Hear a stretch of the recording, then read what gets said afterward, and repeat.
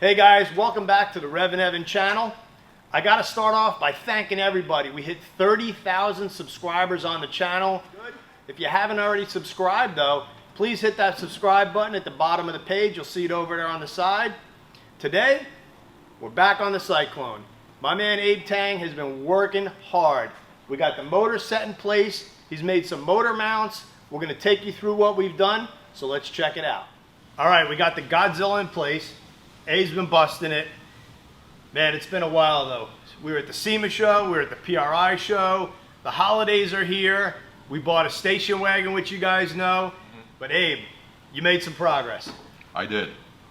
I started with actually mounting the engine and transmission in there. Transmission is out right now. Right. But I made the motor mounts, but I had to cut the firewall and transmission tunnel to get this done. Now, I didn't want to do that, but I didn't have a choice in that matter.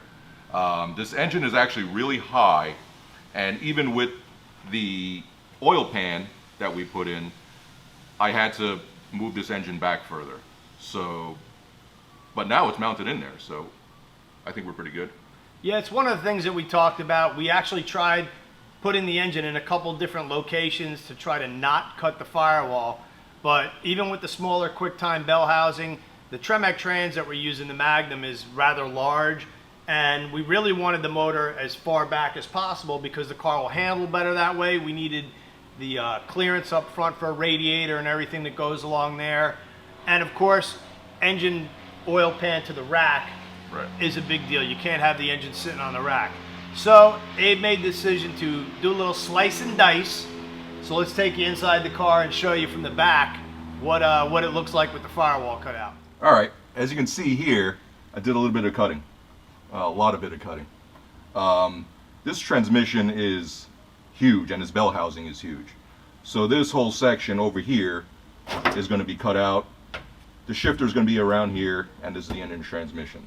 So I think building back the firewall a couple of inches, rebuilding this transmission tunnel will be just fine. You would never even know. Especially we'll have carpet down, so you won't see it.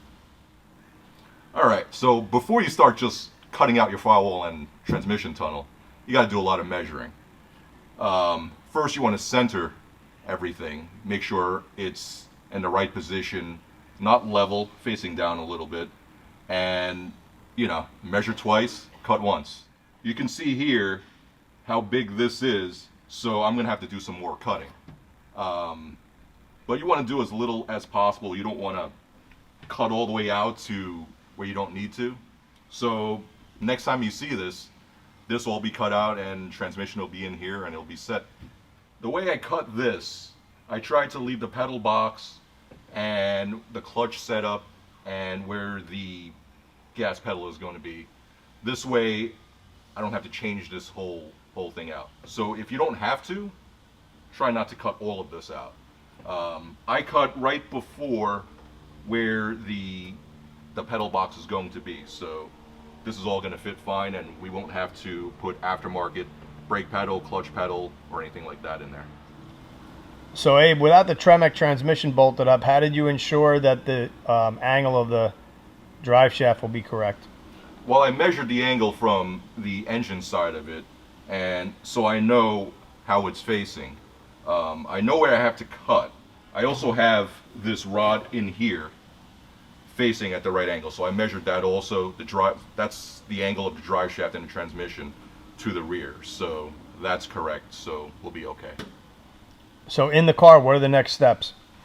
The next step is cutting out the rest of this tunnel, or most of this tunnel, and bolting up the transmission, and then rebuilding, taking all this out and rebuilding the firewall and putting in a new tunnel. I had to make some motor mounts. So it's pretty simple. Steel plate, can make these. This is all you need right here. Is some 1.75" Dom tubing, and I got this from Mercury Suspension. So you cut it out to size and you can make these.